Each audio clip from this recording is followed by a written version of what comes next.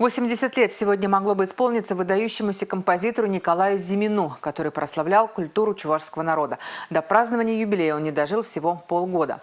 Но песни и мелодии еще долго будут рассказывать о его жизни и творчестве. В доме матери композитора, в доме его детства торжественно открыли мемориальную доску.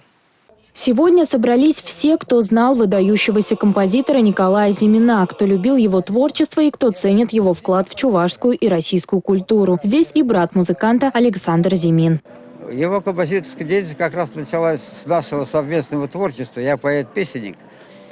И когда он приехал, у него ноты были, а текста не было. Первые песни мы написали вместе. Это песни для школьных хоров, вышла целая книжка там. Со школьного песенника до серьезных композиций, которые ценились не только в Чувашии, но и в стране. Николай Зимин объездил множество городов, где развивался сам и помогал развиваться начинающим музыкантам. Он внес огромный вклад в культуру народов России, его уважали и ценили еще при жизни, а сейчас вспоминают с огромной благодарностью. Президент Балакиревского общества, профессор кафедры специального фортепиано, лауреат международных конкурсов, кандидат искусствоведения Колесников Валерий Серафимович, напутствуя меня в поездку, просил передать, что Николай Александрович сделал очень много для укрепления творческих связей музыкантов Поволжья.